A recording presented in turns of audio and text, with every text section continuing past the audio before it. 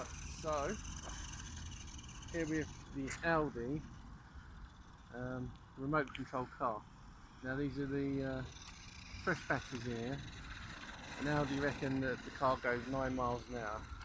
Well, as you can see, that this isn't even clocking 1 mile an hour on rough terrain. We've tried it on smooth surfaces and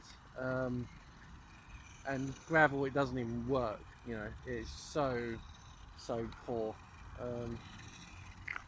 Definitely not value for money for what you get. You know, this is. I would say. Let's just see if a distance test.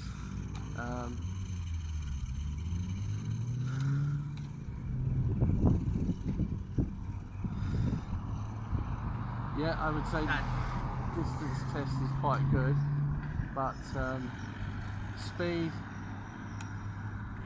is definitely not worth the what it says. Does not.